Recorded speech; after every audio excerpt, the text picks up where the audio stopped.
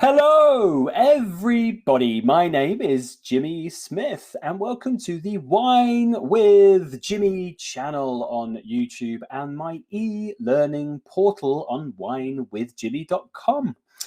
This is a free video as a part of the WSET Diploma Level 4 series on wine production. All videos in the Vine part after this will be only available to members of the Wine with Jimmy e-learning portal. Go and visit the website for more details. This is free content available on YouTube on the channel. If you have any comments, questions, or concerns, please do get in touch. You can comment on this video on YouTube, just below this this video at the bottom, or you get in touch via things like the website winewithjimmy.com or social media that you'll see at the bottom of each slide.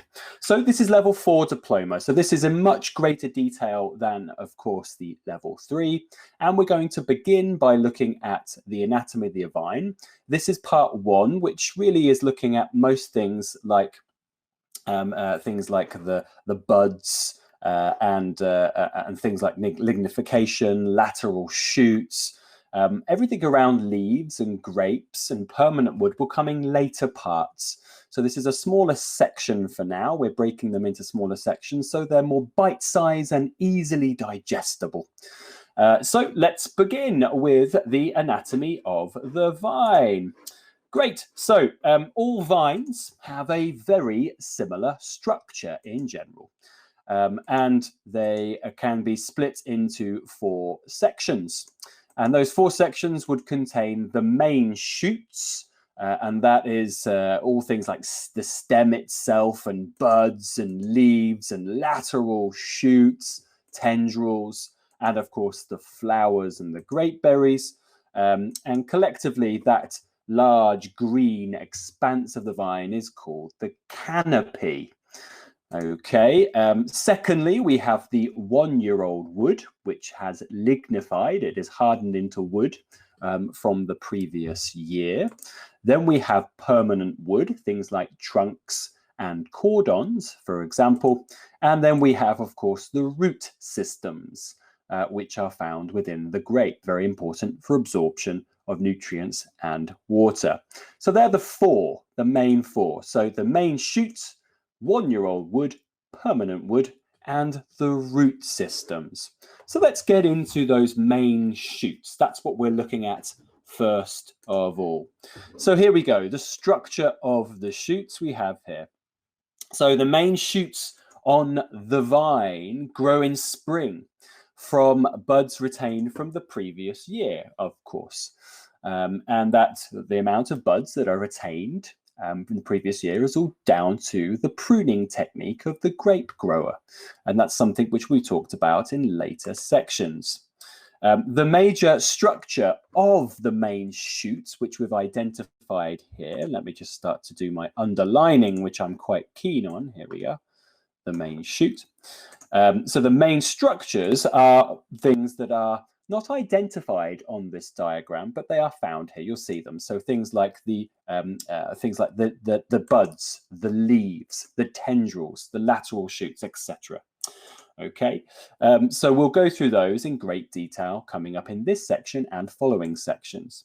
The little swellings that we find at each section of the main shoot, and you'll see there's one just here, there is one just here, which has been identified, and there's one above this as well. These are in fact called nodes, and the distance between each of those nodes is called the internode. So that is the stem or part of the main shoot. In between the nodes are called internodes. Okay, so a little bit of identification there of the vine's main shoot. Now, the next thing to talk about is something which really is not talked about at all at previous levels, like level 3, but it in fact is the stem, and that is the major part of any plant. So a vine specifically is a vascular plant. And it contains, therefore, a stem which looks a little bit like this diagram. It contains a phloem, so that's this just up here, which I've identified here, and a xylem as well. So a phloem and a xylem. Now, I'm no biologist, So my pronunciation of biological terms like this may be slightly skewed, but you may have to forgive me for that. So geology is a much stronger point of me, but not specifically botany or biology. But we have the phloem. So the phloem is very important. So identified as the blue part here. Important for sugar, for glucose transfer, and also for nutrient transfer as well. And then the xylem, the red part of this, is important for the hydration of the plant, the sap hydration, so the rising and waning sap of the plant. So really, the stem is essentially the structure to which everything else, the main shoot and the buds and the leaves and everything else, is attached to. And it transports those water and solutes to and from different parts of the vine, of course. And solutes are substances that dissolve into liquid, of course, and they become soluble, and they include things like glucose, trace sugars, and minerals as well. And the stem is also, just like the root systems, an important storage area for carbohydrates as well, which is important for the vine as it's working, but also as it's going into its dormancy phase. Very important in the root systems for its dormancy phase.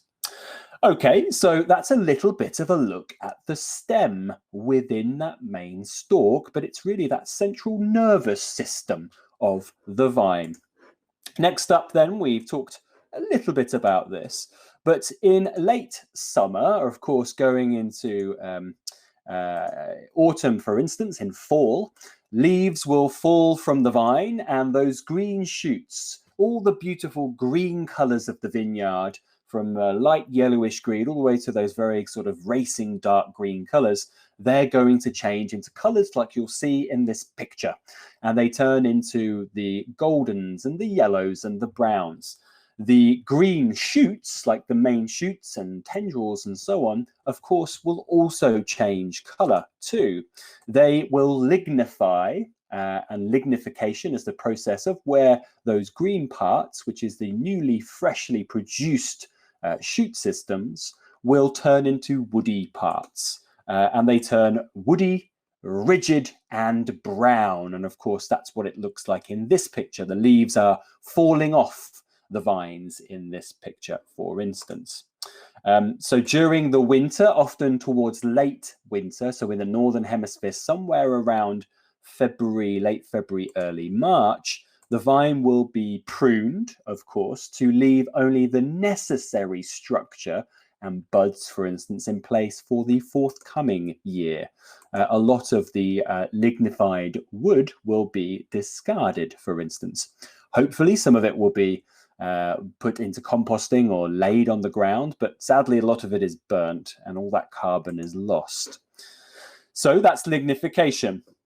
Next up is more to talk around the structure of the shoots, and this is around the buds and the type of buds we have. At level 3, you just need to know they're called buds, and then things around issues with the buds. But we're going to talk about the specific buds on this section. So the buds form between the petiole of the leaf stalk and also the stem. As you can see here, here's the petiole, and the buds are forming in between this and the actual stem of the main shoot. And they are rather wonderful, complex things. They contain all of the coding and everything ready for a shoot. So within there, you will find all of the parts of the green parts of the vine, which will become the green parts of the vine. So things like more of the stem and buds, tendrils, leaves, and of course the flowers, which will turn into the berries. And there are 2 types of buds in play. So let's talk about compound buds to begin with. So here we are, identified here at the 1-year-old wood point. And this is a compound bud. These are also called latent buds as well. And they form in one growing season, and they break open in the next growing season, provided they are retained, of course, by the grape grower during that winter phase of pruning, which I just mentioned happens sometimes around February and March. They produce this big main shoot in the growth season that we've already talked about, when we mentioned on a previous slide about nodes and internodes. And within the compound bud, there's typically something called a primary bud, and that's the part where it's going to grow mainly from. And there's also smaller secondary and sometimes tertiary buds as well. And they're quite important in areas where it's a bit cooler. If there is frost damage to the primary bud, the secondary or tertiary bud are those that can grow after that, which can become a problem, but at least there may be a crop. If they can ripen that enough, of course, the season will be cut short because it's having to go again, the vine, after that spring frost. Okay, so that's compound buds. Then after that, we have prompt buds. So these form and break open during the growing season. So they're not the main part, the compound, but they are prompt buds, as which have been identified on the main shoot just here. So they form on that main shoot, which has just grown, remember, from a compound bud, and they produce what are called lateral shoots. Lateral shoots. And we're going to talk a little bit about those just now. So lateral shoots, you can see, so this was a prompt bud, and this is our lateral shoot that's being formed from that. Okay, so they are smaller and thinner than the main shoots, of course. They have a stem, they have leaves, buds, tendrils, and sometimes, according to different vines, they have also inflorescence, so flowers which may turn into berries. The main function of the lateral shoots really is to allow the plant to carry on growing, and that is if the tip, which is up here, is destroyed. Maybe it's been eaten by birds, maybe it's been destroyed in some other way, but it will keep it growing. It gives a point of growth for the vine. So lateral shoots, therefore, some positives, but we're going to go through some negatives of these lateral shoots as well. They are important as a positive as they can provide more leaf foliage, so more leaf coverage, more canopy, better for photosynthesis, which can be quite useful if the laterals are near the ends of main shoots and able to benefit from that sunlight. So if they are growing towards the higher part of the canopy. So maybe we need more lung absorption, more absorption of the sunlight's energy, and the lateral shoots leaves can help us with that. However, there are problems with lateral shoots because they want to grow bloody everywhere. So lateral shoots can become a problem. So first of all, lateral shoots that grow towards the base of the cordon or the trunk or the one-year-old wood can be an issue. They can be undesirable as the energy of the plant is then going into these lateral shoots and not going into the main shoot.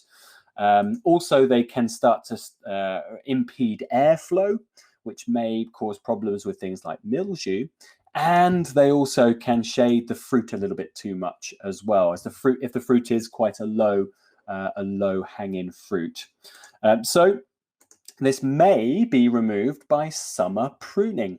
And as you can see just here, there is a chap in a shirt who is actually just doing some desuckering or some removal of lateral shoots. And it's back-breaking work. There's nothing romantic about it. You've got to lean over. You really put pressure on your lumbar, your L5, and you really do struggle as you're bending over, picking out all of these lateral shoots. It's often kind of dog's body work in the vineyard, I suppose. It may be, if you're helping in a vineyard, it may be your first point of working in the vineyard. It's not that romantic. And then we have other problems with lateral shoots as well. And here you've got some lateral shoots which have immediately turned into inflorescence, which is the flowers which will turn into berries. So they can, these lateral shoots, just like this picture, produce berries. So they can produce the flowers and the berries. And this is often known by a grape grower as a second crop. This can depend, though, on the variety.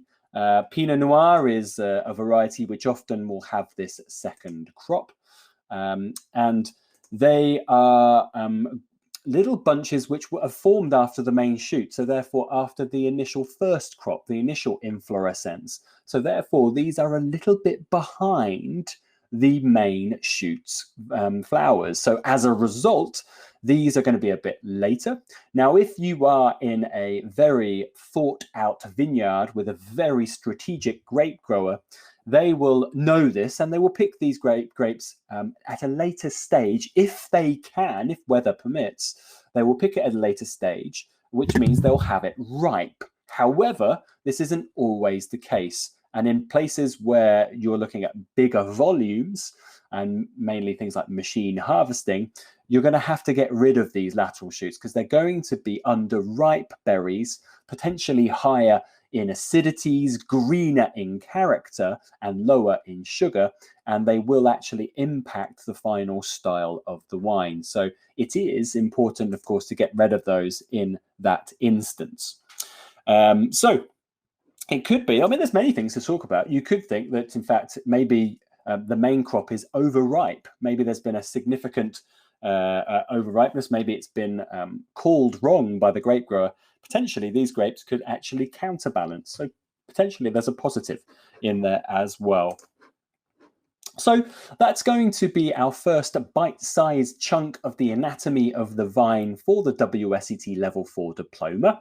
We're going to continue on part 2 with all the other bits, so things like leaves and flowers, and then go on to things like, in part 3, the woody parts of the vine. That is available only to the members of the Wine with Jimmy e-learning portal. Please visit the website and you can sign up for these parts and get all the information you need to help you with your WSET Level 4 studies.